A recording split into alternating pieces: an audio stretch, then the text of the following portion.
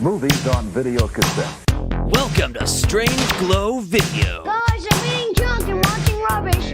We're oozing with VHS, horror, nostalgia, and more. New Better Block Glow in the Dark. After it drops in videotape. You can get a glow-in-the-dark hand puppet from the movie Casper. And now, your hosts, Alec, Justin, and Nick. Hello. Hey, welcome back to Strange Glow Video. My name's Justin. With me, as always, is Alec, and we got some fun shit to talk about tonight. We're back again. Yeah, we're back. We're doing this live thing again. I think we're going to try to do this live going forward. We'll just kind of see. Yeah. Obviously, not expecting magic these first couple of weeks, but hopefully we'll have better times nailed down. We'll start advertising times ahead. Yeah, of the show. they'll improve as we go on too, because our graphics and whatnot. We're using the free version of StreamYard right now just because we're testing it out. We're not sure if it's what we're gonna really do going forward. So, but we think we are. So, Yeah, it seems to work pretty well, but there's a lot of options in this space nowadays. So it's just kind of figuring out which one's the best value for us and our needs and all that stuff. So, yeah. So Alien Romulus drops this week. So we decided we're going to talk about Alien and Aliens, 1979, 1986, respectively. Mm-hmm. So now these are drastically different movies, but when you watch them back to back, they pair perfect together. Yeah, they're pretty solid together. And just as you were saying before, Alien Romulus coming out this week. There's a lot of mixed opinions on the Alien franchise in whole. Before we get into the two that we're mainly going to be talking about, I do want to briefly kind of talk about just the franchise in general. Mm-hmm. Because Alien and Aliens are obviously the most rewatched. Like, there's no question about it. Alien 3, I believe that was David Fincher that directed that. It was, yes. And I just don't care for it aesthetically, and it's just not my movie. I mean, I'm gonna give it another shot probably pretty soon here after I watch Alien Romulus. Maybe if I have a good enough time with that, I'll be like, you know what, I'm gonna go check out some of these again. Resurrection, I don't recall particularly liking either, but I don't even remember the last time I've actually watched that one, so I need to go back and check it out. Yeah, that's fair. I mean, I saw Alien 3, once or twice as a kid. It just never hit like Aliens or Alien. Like, Alien was always the scarier movie to me. Alien had a few toys, surprisingly, but Aliens like had the whole fucking Kenner line, just like Terminator 2 did. So, like, by that point in time, we've got like rated R violent fucking movies getting toy lines for kids, which is fucking fascinating to think about today. Could you? RoboCop, Terminator 2, yeah.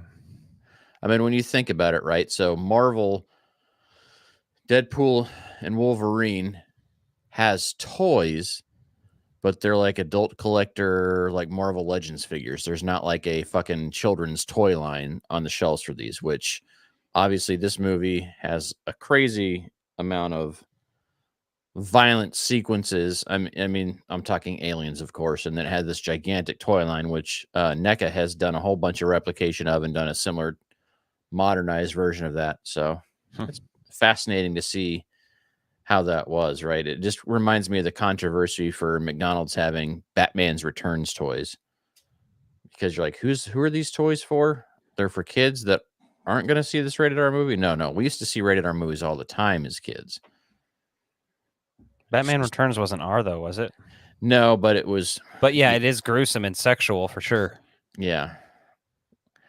I like to fill her void. That's you know what I'm saying? thinking of too. Yeah. That's a classic Danny DeVito line right there. And you're like, oh, okay. No one's going to disagree with that line either. I mean, yeah, I don't think you can. I don't think it's an option. So, and then Prometheus. I actually really like Prometheus. I love Prometheus, in fact. But Alien Covenant, which followed, not a fan. Not a fan. Didn't do it for me. Kind of disliked it. Wanted it to be good. Wasn't good. And Alien Romulus, we're having Fede Alvarez directing this, who did the Evil Dead remake. mm-hmm. So that is like, obviously everybody, it's the return to horror. So we'll see with that.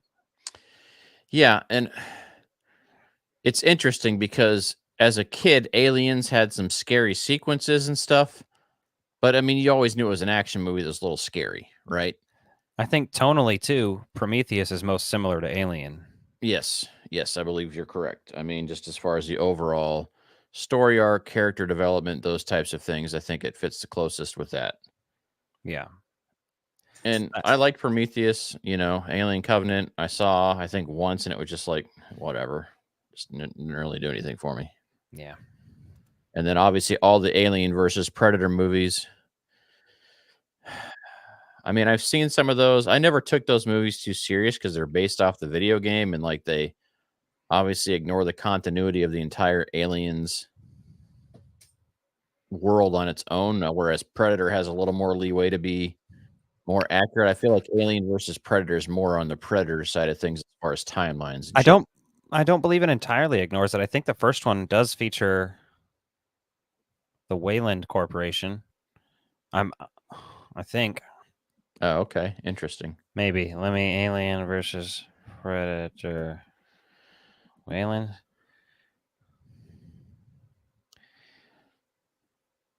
Yeah, I can't tell. Well, either way.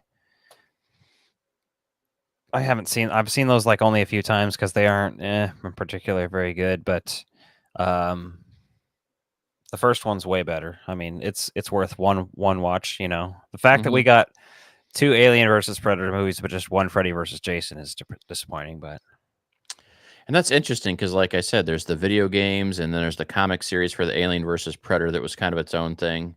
the toy line. Yeah. Obviously, that was a pretty good toy line, too, actually. It's a pretty fun one anyway. Isn't that? I don't know if that's the one that has the glow in the dark Predator.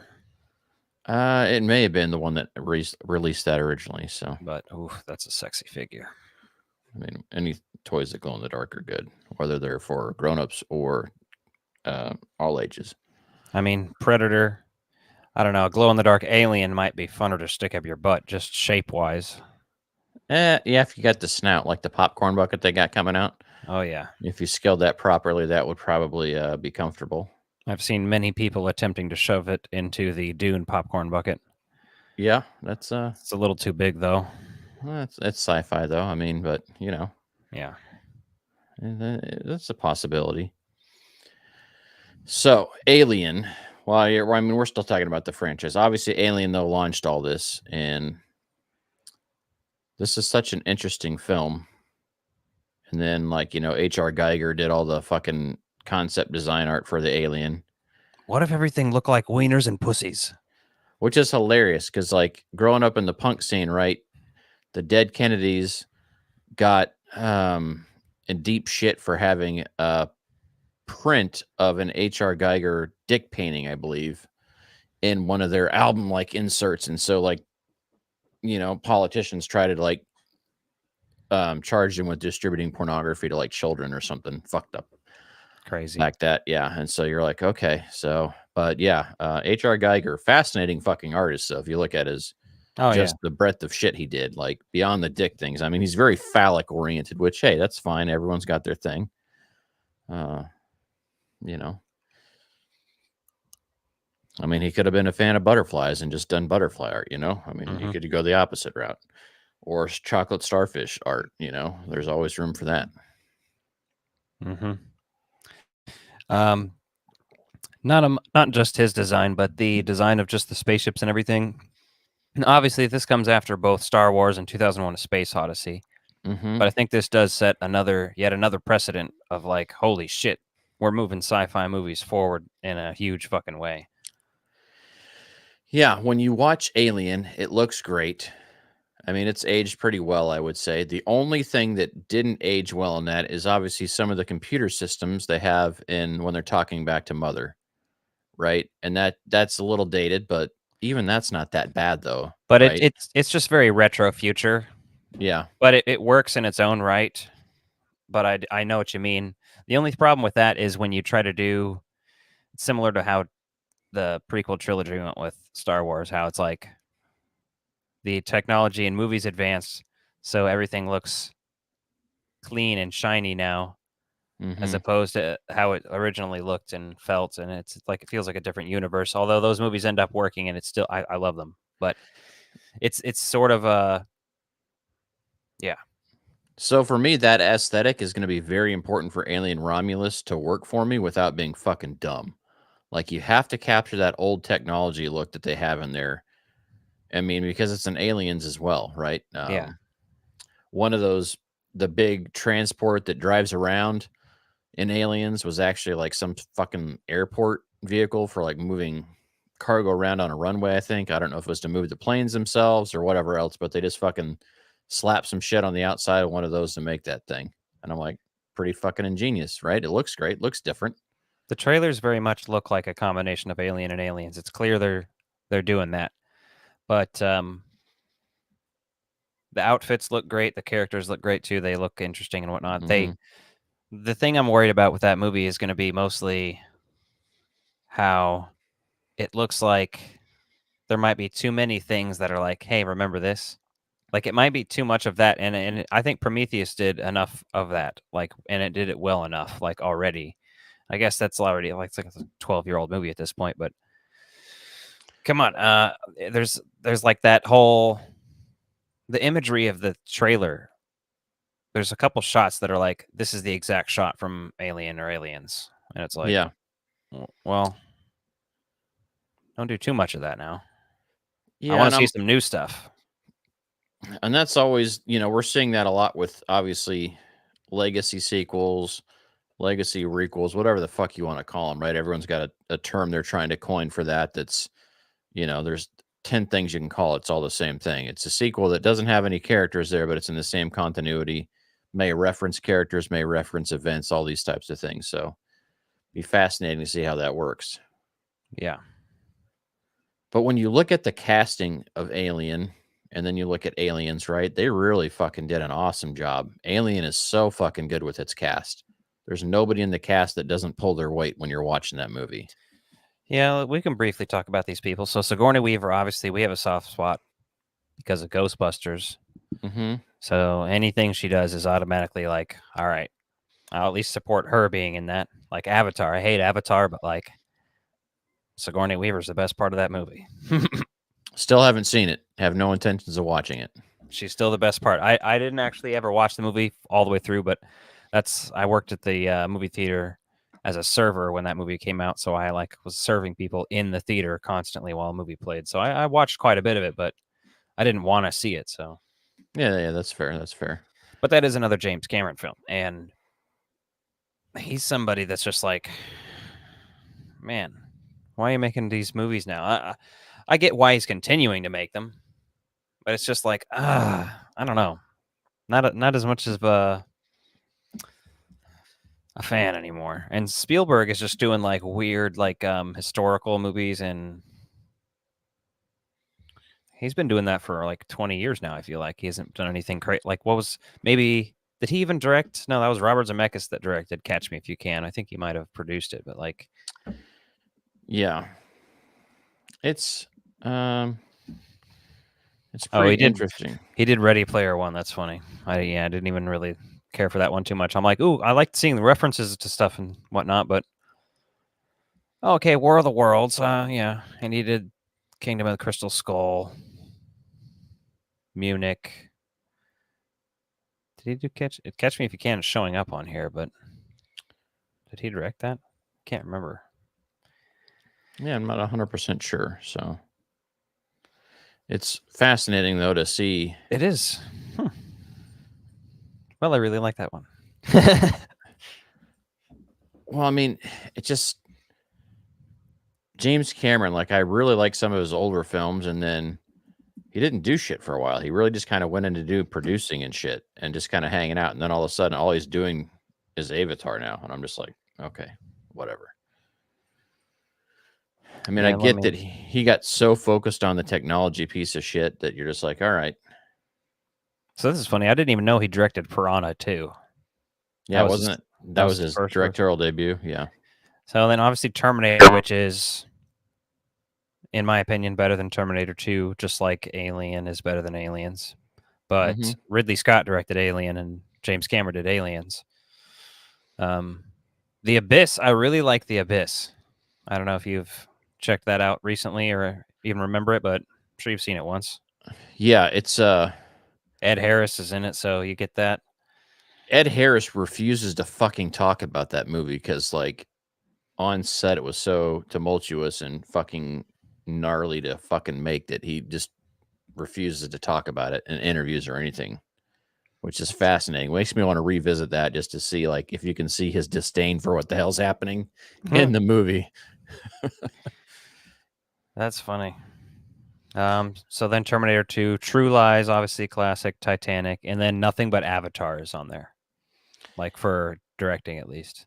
Yeah, so like you go and you look at he's had some big hits, right? You know, like Titanic. Okay, that was kind of his big period piece, and then all of a sudden, like he just drops off the face of the planet for a while. Like I don't know if he got bored with filmmaking, was just kind of hanging out in the background. Maybe he was just successful enough he didn't really feel like he had to do anything, and was just waiting until he, you know, had a passion project, which is what.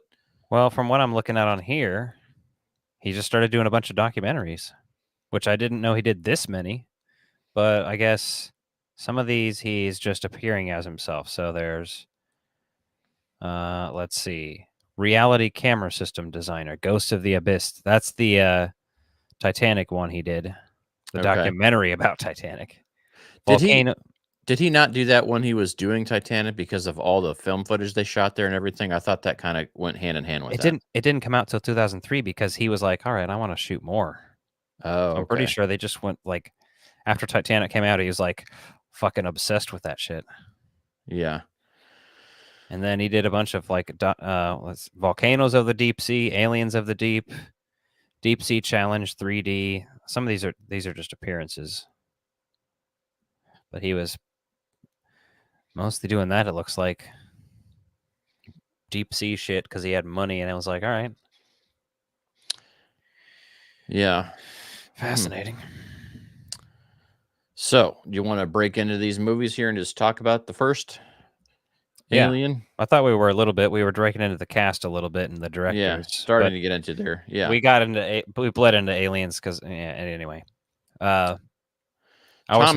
Tom Skerritt is Dallas, right? I love Tom Skerritt. He's fucking great. He's especially great in fucking Top Gun. So seeing him in this, and I'm surprised he wasn't like a bigger star than he was. You know what I mean? I know he's got a decent acting credit. Like, you know, Dead Zone, Top Gun, A River Runs Through It, Poltergeist 3, Up in Smoke. So he's got a good stuff, you know, a good resume, but damn, he's so good in this. Like he is just one of those characters. He just feels authentic, right? It doesn't feel like he's acting. It just feels like that's who he is.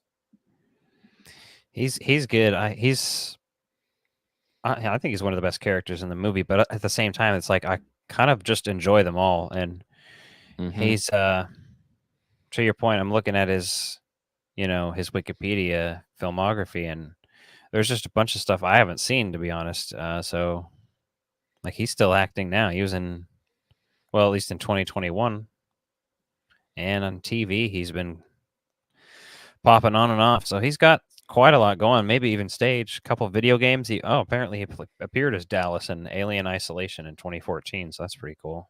Nice. I heard that was one of the better ones game wise. Okay. Yeah, I've never really got into the games. Like that's a whole other ballpark of, you know, like exploring this franchise as the games and the books and comics and everything. Yeah, I haven't, but I want to.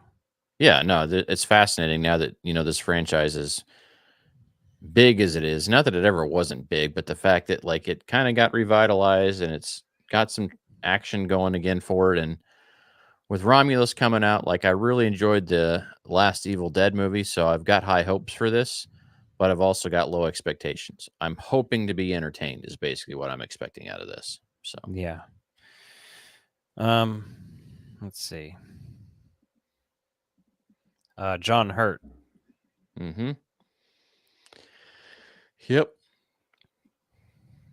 I mean, this man is in Elephant Man, the old Lord of the Rings animated movie from the 70s. Mm-hmm. V for Vendetta, Kingdom of the Crystal Skull, Melancholia. He pops around quite a bit. Yeah, and you know, he plays Kane, the officer that becomes the host for the alien. Yeah. Even as a kid, like Alien was so scary. I remember like watching Spaceballs and like when he reprises his role for the cameo at the end. Mm-hmm. I never like that part, like where that alien jumps out of this chest, even in Spaceballs, was like fucking scary as a kid to me, like I never liked that. And then it did the song and dance, and as soon as it was doing show tunes, I thought it was fucking hilarious, but just ripping out of the guy's chest was like terrifying, right? No matter even though it wasn't as bloody, it was just kind of gross, and spoofing it still was like still hit you in those spots, man, because Alien, it just made you think Alien and you're fucking terrified. And that's funny. I'm just now realizing this. John Hurt was in, like I just mentioned, the Lord of the Rings movie. Actually, I think I have the. You got them on This one. VHS there back there? Yeah. This one from 1978, animated film. There's actually some interesting stories with this. This was animated by Ralph Bakshi, and the other two, The Hobbit and Return of the King, were done by Rankin Bass. But that Lord of the Rings one's far superior. But John Hurt's in that, and then Ian Holm, Ash, the science officer who's the android, he is in, well, he's Bilbo Baggins in Lord of the Rings. Mm-hmm. He's fucking great too. And that was one of those things that every time I watch him in Alien, like he's such a good asshole, but he's not like the traditional asshole now, like where he's over the top. Like he's clearly just following orders as the android in there. Yeah. And he's so good in that role because like you hate him, but at the same time, you're like, he doesn't even, it's not like he's portraying such the asshole that you're like, oh, he's just disgusting. He's such a good job as the android. Once you realize he's an android, it's always a fun, like no matter how many times I see the movie, it's always fun to see his reveal as the android because it just pisses you off every time still. Yeah, it pisses me off the way he can just like grab people and he's titty Throw 'em twisting around. motherfuckers. Yeah, just fucking throwing Sigourney Weaver around as Ripley. And, obviously that was huge fucking iconic role for Sigourney Weaver. So fucking good in this movie. And I love all the internet memes out there too. Like, like where women, if you just listen to the woman with her cat, like you'd save all this, like, and it's such perfection for the movie because they literally are just, she's like, no, we're not. Why are we going to break protocol for quarantine? Yeah. And, then obviously that's where Ash fucking breaks quarantine on that. And it really makes it interesting because in theory, the science officer wouldn't do that, but Ash has obviously his other motive from Mother and from the company, which is interesting that they call it the company. I think that actually has a name like in the script and everything else, but they just simply refer to it as the company. Yeah.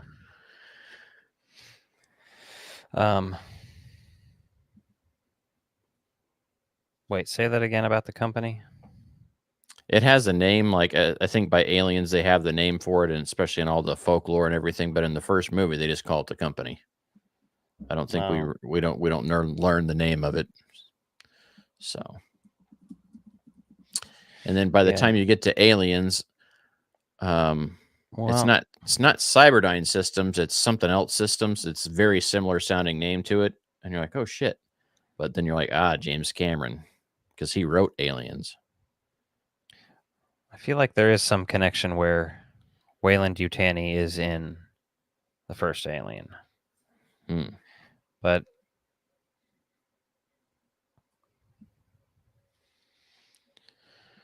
yeah, apparently it is shown on like maybe a beer can and like some computer screens. But I'm not 100% sure either. I can't find pictures. Just some Reddit posts. But like, that is interesting. I hadn't realized that before. Okay, I'm finding some pictures now. Yeah, okay. Nothing too crazy. They never said it out loud, maybe, though. Still interesting. Okay. But that's interesting. Yeah, the Weyland-Yutani Corporation, and they Wayland appears in Prometheus, obviously, and it's the Wayland Corporation. They haven't yet merged with Utani. Which is also fascinating. Like I always love when they get the lore stuff right for a movie like that. Yeah. It's so easy to have somebody come in that's a fan, but not following the Bible of the lore and getting that shit right. Yeah, a lot of people don't like Prometheus, but Ridley Scott returned, and I thought he did great with that one. He just missed with Covenant, And did he do Covenant? didn't he? Or was it David Gordon Green or somebody? I thought it was somebody else. I know he wanted to do more of that, and then they kind of. Okay, it was produced by Scott, written by John Logan. Yeah. No, it was directed by Ridley Scott. Oh, okay. Hmm. Interesting. I thought it was, but yeah. That's unfortunate because, you had such a win with Alien, and then Prometheus is so good in its own way. And the thing with Prometheus is it took new ground on, right? It didn't repeat Alien. There's some Right. similarities and things like that, but even just as far as the textures and the color palettes and everything, it felt vaguely familiar, but it also felt brand new and fresh. I think the main problems that people have with that movie that I could at least agree with would be like the whole trying to explain the origin of life on Earth and everything a little too much. That is a little more irrelevant. But I think all of the horror aspects of the developing of the xenomorph and all those scenes and shit, they're fucking awesome. So I kind of ignore some of that. I like the themes of it because that character is a Christian and is conflicting with what's happening and whatnot. Mhm. But yeah. Yeah, I mean, I think you have that existentialism that comes with something like that. And I think that's probably what made a lot of Christians really uncomfortable with that movie too. Is like, oh, they're going to explain this a different way, and you're like, well, we're all just agreeing to go buy an old book or whatever. So fascinating. So then we've also got who else is in this cast? Yaphet Kotto. Who's in let's see, what was he in? Live and Let Die? Yeah, that's the one. Mm-hmm. And he's in Across 110th Street, which Tarantino reused the theme song for that in Jackie Brown. Across 110th Street. And he did a lot of movies, a lot of the blaxploitation movies and Yeah. drama movies. Pretty sick shit though. Awesome dude. Yeah, I really like him in Alien though. I mean, he's so fucking good. And, Running Man and Freddy's Dead. Those were the other ones I was thinking of. Oh, okay, yeah. But he's so fucking good in Alien though. I mean, you just love that character. Yeah, him and Harry Dean Stanton together. Love Mhm. him. Yeah, those two fucking talking shit back and forth to each other in there. Right, Yep. right. You know any other words? Right. I love it. And then Bohali Badeo as the alien. And they only cast him due to his size and frame, so he's very tall Mhm. and very slender. And that's the only film credit he's ever had, as far as I know. So Yeah, he died very early too, in his late 30s, I think. yeah. So was he even around by the time they did Aliens? I don't know if he was. Honestly, let me look. Let's see. What year did he die? 92. I guess he was. So he was only 39 when he passed away. But I think he was living in Nigeria. Yeah. He's also an artist, though, too, which anytime you get an artist cast in a movie like that, that's fascinating. Yeah, he had an art gallery in Nigeria that he opened.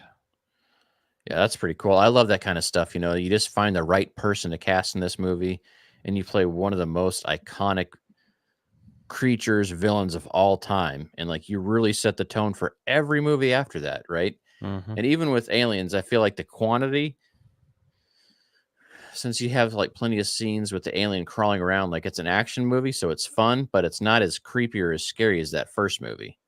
Just because it's just something about that confinement and this thing being able to elude you despite it being gigantic. Yeah. And then you have Veronica Cartwright as Lambert. Yeah, and she's known for being in The Birds and Invasion of the Body Snatchers, and which is funny because Invasion of the Body Snatchers has didn't Keanu do one of the remakes for that? Or was that one of the other? What's the Alien movie? Oh, he did the Day the Earth Stood Still. That's what he did. Yeah. Okay. Yep. But she was also in Speed as the bag lady, Oh yeah, shit, she was, wasn't she? That's which funny. is kind of funny. But this is an interesting character because in Aliens, it's revealed that this character is trans. Welcome to the future. Yeah. Yeah. It's And on the that- background screen when they're in the meeting when she's going over those people. So Yeah. Yep. Now that you say that when they're in the board meeting room at the beginning of Aliens. But yeah, But- excellent cast.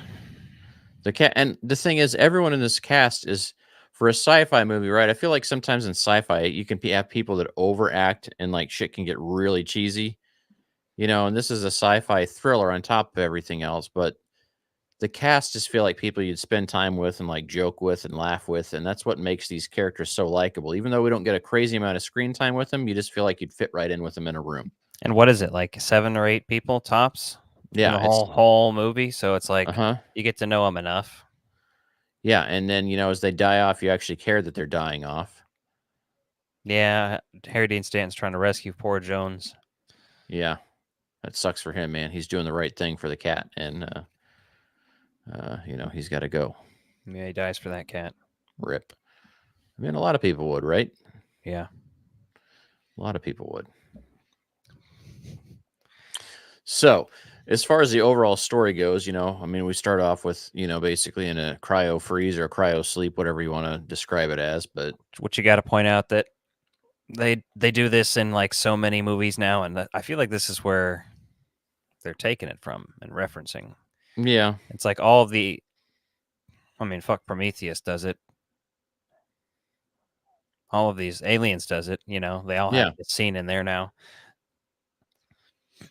Well, and it works well because when you think about, what we know about space travel, as far-fetched as the rest of the movie is, the fact that, they've got to put these people in a cryo sleep, that may be far-fetched, but we know that's something that would be necessary to actually travel those distances and shit and not just age out and fucking be useless when you got there.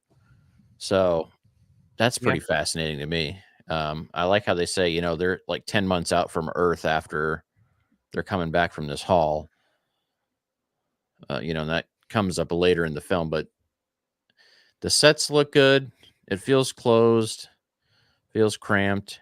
And then when they get down on the planet and you get in there and you see all those alien eggs, like that's a legit fucking terrifying scene because it's just uncomfortable, right? It's scary in the fact that it's the unknown and it's not like a jump scare or anything else. It's just unsettling because it'd be fucking terrifying to go find a life form like that somewhere just because you were like got a distress beacon.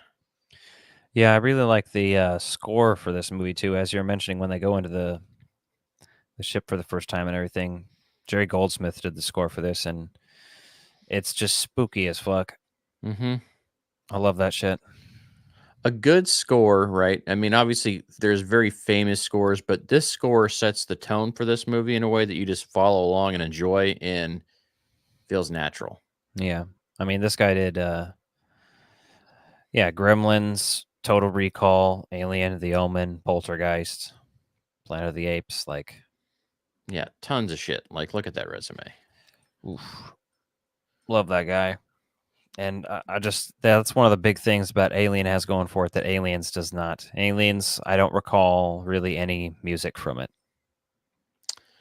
Yeah, the music there, I wouldn't say it's bad. It's just not as memorable as the visuals, right? And I feel like a good movie, you're going to know the music in your head, even if you're watching it silent, like, right? You'll hear that music playing in your background and you'll hear it even though it's not there, right? Your brain will remember. Hi, Bug. Oh. And I don't have that connection with Aliens.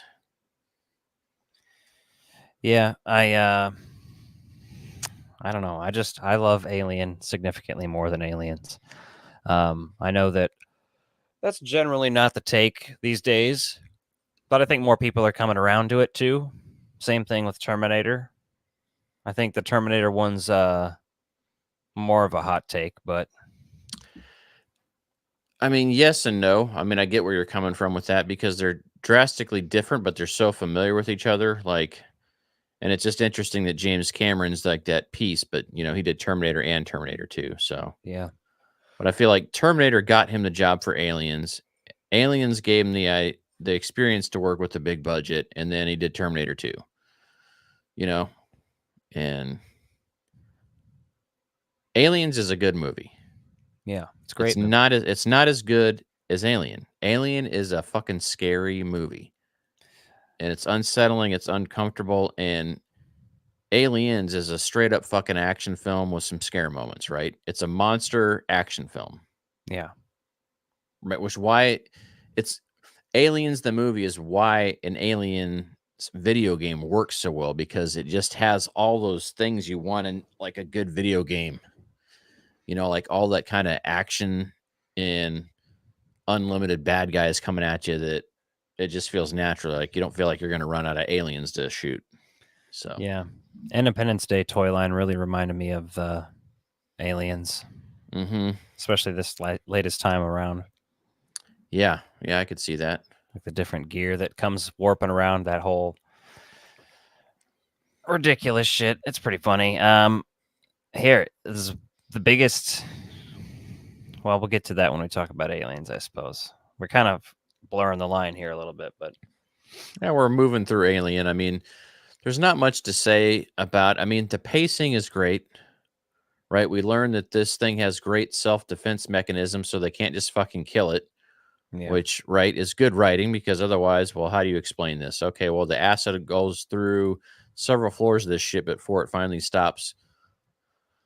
So it's got blood acid, and then you think, okay, it didn't hurt. It didn't hurt the guy. He's back up and he's moving around. He's eating. Oh, let's have one last meal. Okay, and then like we get that classic scene, and that's the only sequence in this movie that felt off to me. And it's a minor nitpick, but it's just when the chest burst, when it kind of moves off screen, like it's a very flat thing just kind of moving, so it doesn't look like it's running. It just kind of slides across like a fast moving worm or something. And that's one scene. It's a very fast paced scene, but that's the only thing that I noticed when I was watching, and I was like, oh, that didn't age well. But, overall, it held up.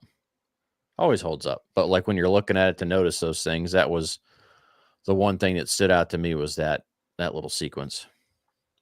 Yeah, I can see that. I feel like they like the effects in general. They aged for the most part pretty well. Even in Aliens, though, there were parts where I was like, "This looks like shit," and I was watching on VHS, and I thought it looked like shit. So that wasn't because it was VHS, but the effects were bad enough that I could notice that they were bad on tape.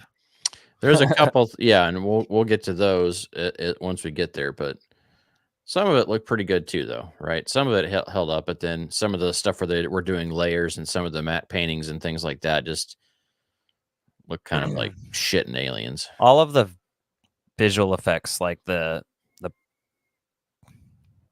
practical effects in Aliens, I think were solid. It was just anything when they started fucking with digital stuff, green screens, it's like yeah, for me the worst, and I guess we're already talking about it, so we may as well. So for me, the worst part of Aliens is when Ripley's fighting off the queen alien, and there's like clearly this overlay scene where there's a bunch of fire in the background where the lighting doesn't match up to her body where it's at, and like the overlay there is really, really bad for a couple of seconds, and then like they change camera angles and it looks better again, but some of those other angles look so bad, and I was like, oh. And that was the worst of what I noticed of that. Like everything else, so I was like, oh, okay, like miniatures and all those things didn't bother me. I'm used to those. But that one overlay during that final battle sequence with the queen getting onto the ship before, say hi to Bug. Hi, Booger. He's dropping in. I had my dog Oscar in here earlier, but he got up and left. He's trying to sleep. He didn't want to hear all this talking bullshit. So he's like, I'm out. Yeah, so with Aliens, I think, I'm a huge Michael Biehn fan. So seeing him in there, back from Terminator. Like, this one has a lot of fucking people from Terminator in it. Well, I mean, I think, and Terminator 2, to be honest. yeah, and James, and it's interesting. You see a lot of directors do that. They cast people they're comfortable working with, that they know how to take direction, and they're not necessarily like your A-list celebrities, but they know how to fill a role. Character actors, and I really liked that some of those people trickled over from here, right? Because, Bill, the Extreme, man, we love Twister. He's in Terminator as the punk rocker that gets his ass beat by Arnold again, but then look how far he comes in 2 years from that to Aliens. Yeah, and then Lance Henriksen is one of the cops in Terminator. Mm-hmm.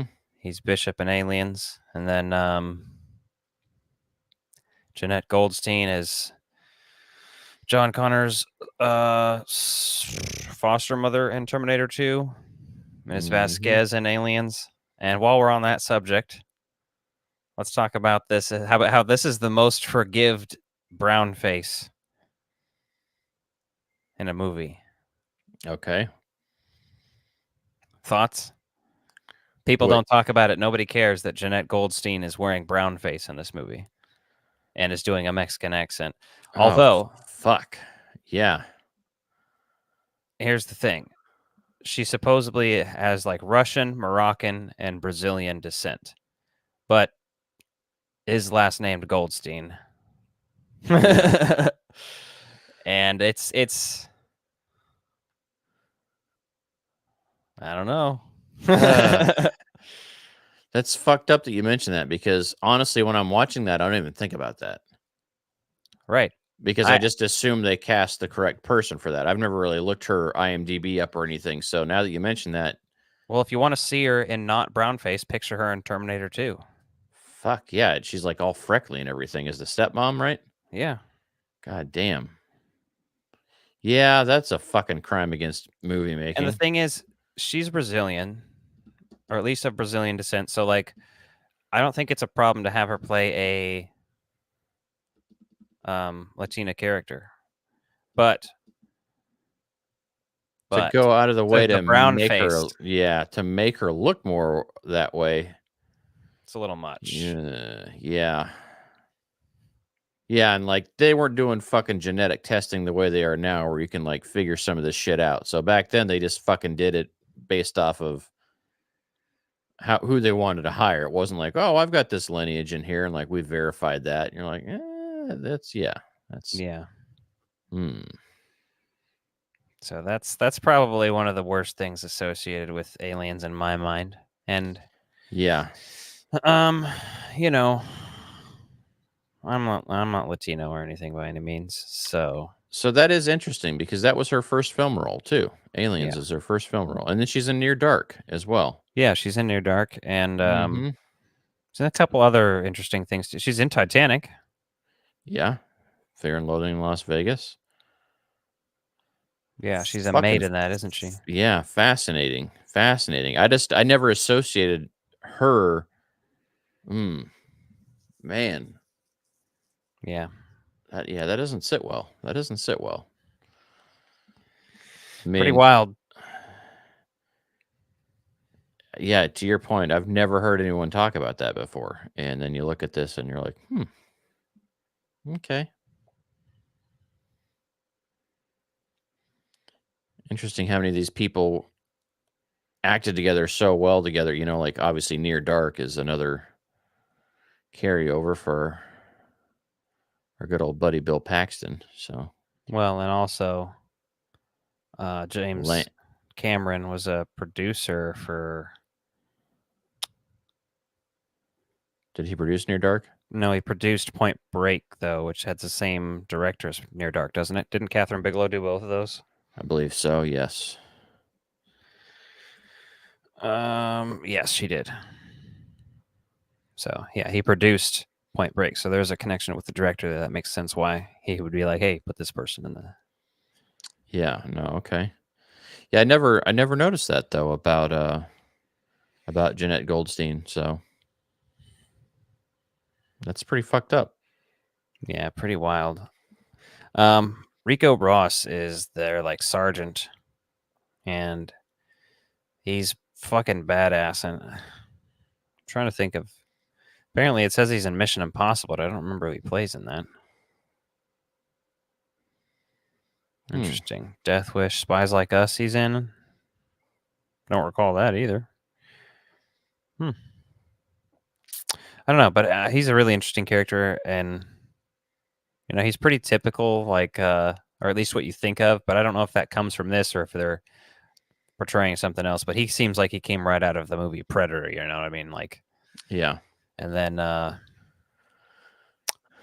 Paul Reiser. So Paul Reiser's interesting. Obviously, lately we've seen him. He was back in Beverly Hills Cop Axel F. He's been in Stranger Things. Mm-hmm.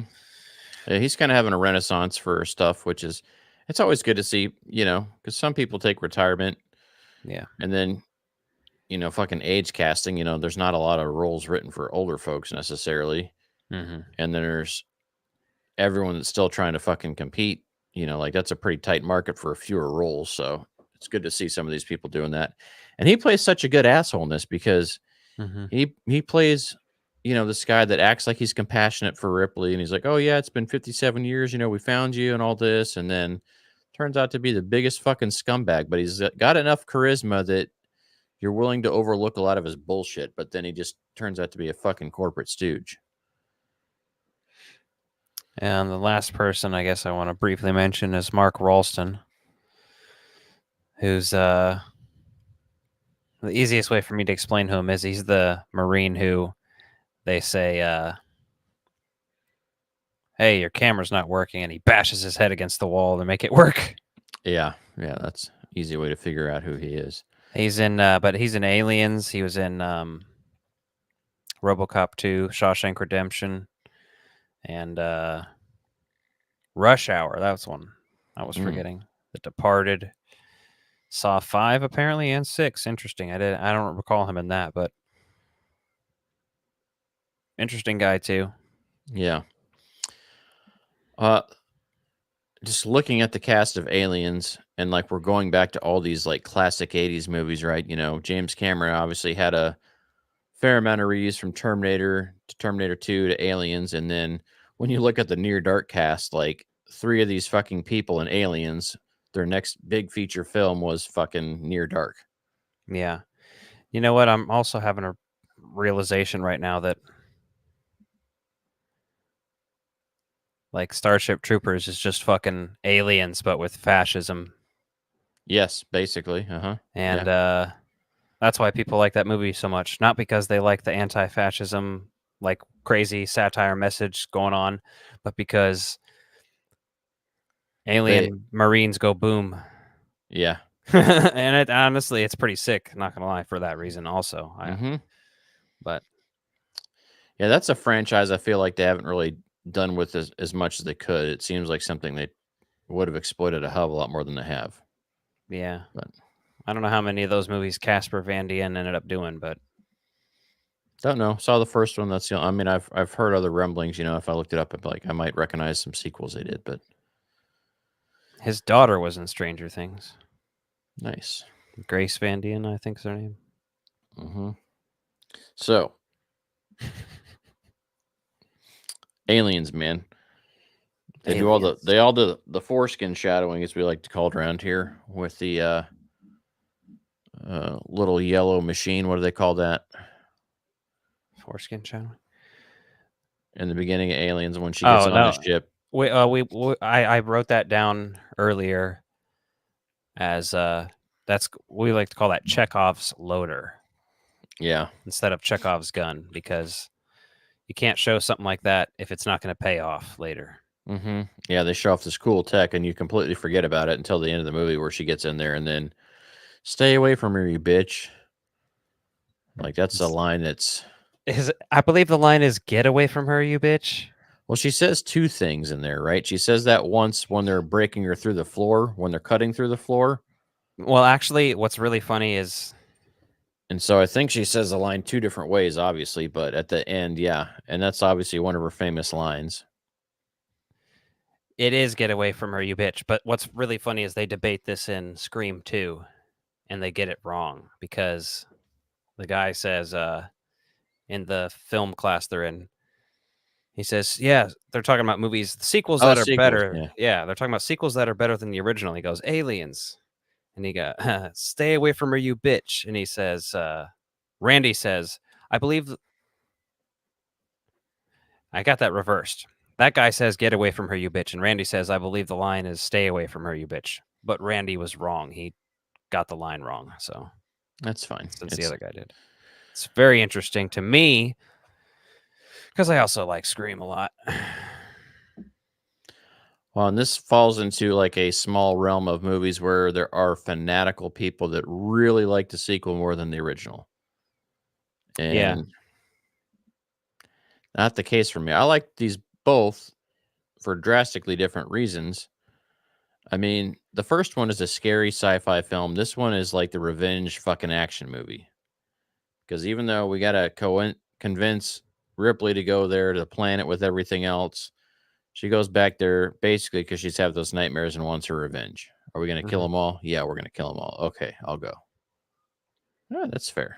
My favorite part about this movie is that they show Jones at the beginning, and Jones is like living the best life, and then she has to leave Jones there. Isn't what's I don't like that. I like it because the cat will survive, but also someone better be checking on that cat because Ripley never comes back.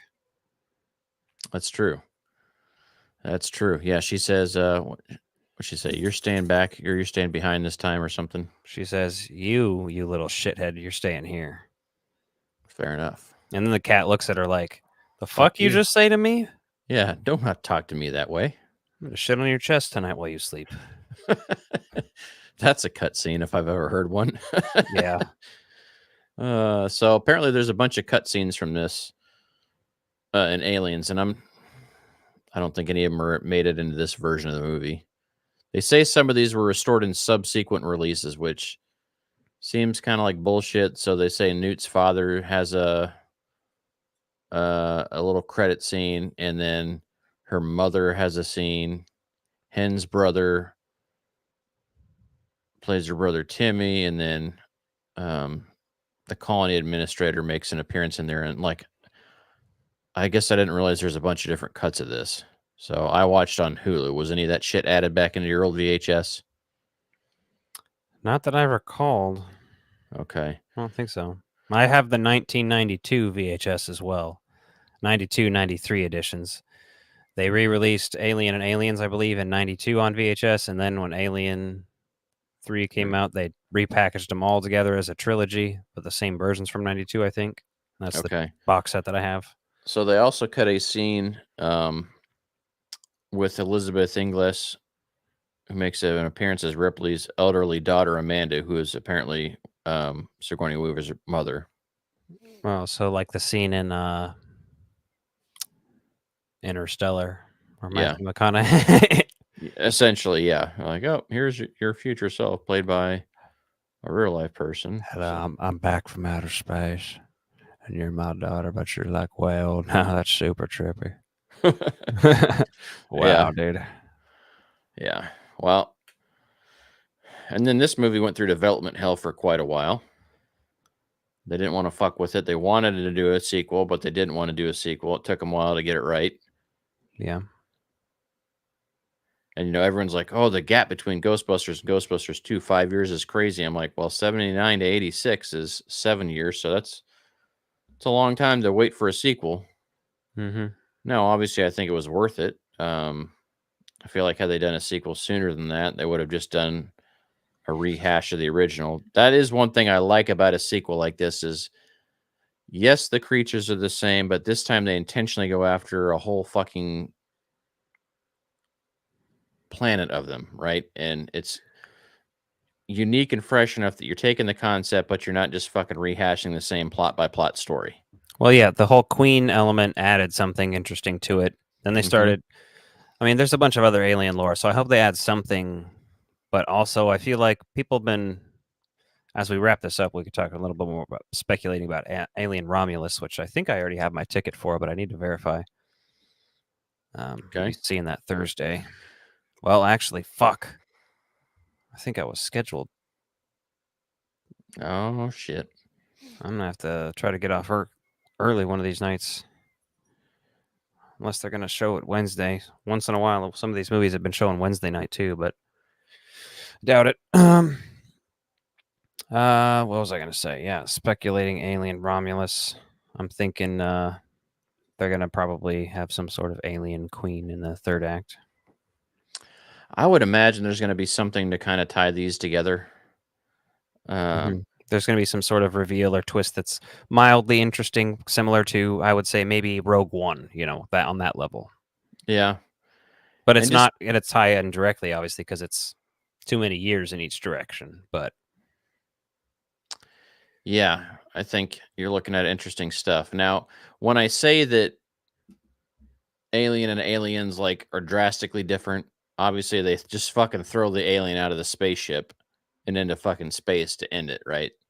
So there are similarities. They're not fucking so far removed that they're not relatable to one another. But the things that surround the rest of the movie make Aliens unique because it's not a remake or a rehash of the exact same thing start to finish. So yeah, you're familiar, you get some of the member berries, or hey, remember when this happened in Alien? We get some of those things without it being fucking obnoxious. for sure. Although I did feel like when watching Aliens this time, because I said Sigourney Weaver says bitch a few times, and that feels so forced for her. It feels like she doesn't like saying that or something. Like the few times she said it, just seemed kind of like, ugh. And I know that's a famous movie line even, and I'm just like, it sounded like you're fucking annoyed you had to say that. So that was another little takeaway for me there. So, but yeah, Alien Romulus. I think there's a lot of shit they could do with this. But I even just pulled up the IMDb page recently here a minute ago and just looked at it, and there's the classic face turned away with the alien second mouth coming out, and I'm like, okay, that's concerning, but it's also one of those. It's just a fucking trope in the alien movies at this point, right? They just do that. I feel like they have to have that sequence in a movie for it to be an alien movie. Which you don't always need to do those things. It's okay not to.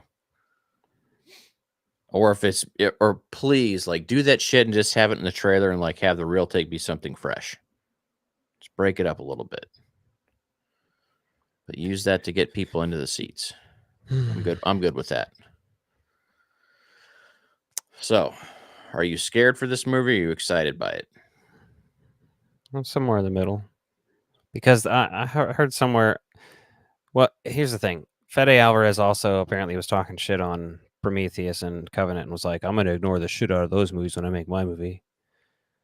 And it's like, well, I mean, all of the movies, other than the ones with Ripley, kind of ignore the other ones' plots. I mean, they take into account stuff, but it's not like anything that's in. Like, if you ignore what's in Prometheus, you still have Alien and Aliens and everything else just because those movies came before it anyway. So you're going to fit in regardless, buddy. Whether you like it or not, you're in the same continuity as Prometheus. Suck my dick.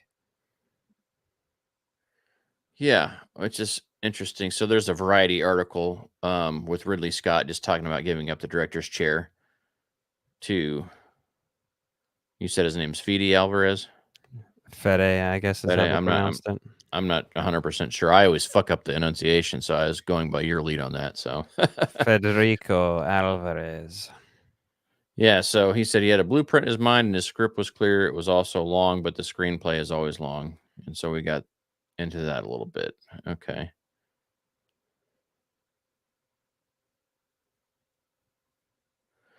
All right. So he said he let him do his own thing and try not to overstep his boundaries for the movie there. Oh, but on the other hand, he produced the last Texas Chainsaw Massacre movie. He didn't direct it though, so okay. Well, I mean, on paper, and that's the thing with the producer's credit, man. Sometimes you read a script and you're like, okay, I want to be involved in that, and then the final product just doesn't fucking turn out the way it should, or there's rewrites in there. My biggest problems are the plot elements. Some of the kills and stuff are cool, I'll give you that, but yeah, that movie has I fucking hate that movie. I was entertained by the kills and a few moments in that movie, but overall it was just fucking annoying because you're like, really, you're gonna do this on this scale? Like, fuck There's- off. I'm just like, there's no fucking cannibalism. There's no Sawyer family. There's no, like, what are you doing? Mm-hmm. Yeah, no, for sure. I don't know. I've got high hopes for this because, like I said, I really like the Evil Dead movie, but I feel like with the Evil Dead movie, they were doing something kind of fresh, Yeah. stuff we're familiar with, but doing its own thing. Could have But left with the tree rape scene out, but hey. Yeah, there's always shit that you can leave out. Mm-hmm. You know, A little much. so I'm wondering. I just hope this isn't overwhelmed with member berries and things like that, because sometimes that really just fucking distracts from the movie or the movie being good and doing things new. Well, you I know, like new shit in these. the alien will probably find a crunch wrapper in his Ecto one, And a Twinkie somewhere else later on. and his Batmobile he'll find a Twinkie. Yeah. I just want him to find like a fleshlight or something entertaining. Find a bad dragon in there and be like, what the hell is this? It's for you, buddy. It's for you. Kind of You know? familiar. Yeah. I mean, does that look like something you recognize? Perhaps. Well, I guess that's the Yeah, I don't think end of the show. Yeah, we don't really have much else to say about this. Like, Alien is fucking perfect. Aliens is fun. Not It's as good as Alien, but It's near perfect, but it's not perfect. But it's near perfect. these movies, the best way to watch is just to watch them back to back. Don't watch one and then the other like later. Just watch them back to back. That's the best way to do it. You're going to get the most entertainment out of it because it essentially picks up where we left off. And I do like that element of it. And then, Yeah. even though there is a passage of time, but just watch them back to back. Now skip the rest of them for all I care, but those two are great fucking American cinema. Just watch them. And then Prometheus. Watch that one too. Mm-hmm. Skip Covenant though. Yeah, and obviously we'll be back next week, live chatting about Alien Romulus, and we'll see how we like it. I mean, we could be off the hinges next week talking about how much we hate it. We could be talking about how much we love it. We might be somewhere in the middle and be like, it's like the Olive Garden. It's pretty good for the price. Yeah, Conan O'Brien once said that. So yeah, I feel like Conan O'Brien when we do we're late night live now. He's not live. He didn't do live like this, but you know what I mean. no, yeah. More like Wayne's World at this point. Basically. We're just waiting for a studio to be upgraded and replicated on an actual soundstage. Yeah, we need you know what I'd really like to do is do Wayne's World for a living. Where's Benjamin with 2 cashier's check for $5,000 each? Mm-hmm. Oh yes, she will be mine. All right, guys. Well, thanks for watching. Hit that subscribe button. See you next week. Yeah. You're gonna say see you next. Booger, what the hell? Okay, sorry. He had What the hell are you doing? had a motherfucking there's a sleeping bag on the floor so he can lay on it and Snuggle underneath you. Yeah. it was caught around him, the circle elastic things. Oh, yeah. Let's not hurt your dog here. He was doing it. Wow. That's between you and Booger then. All right. We'll see you next week, everybody. All right, whatever you. See you later, dog fucker.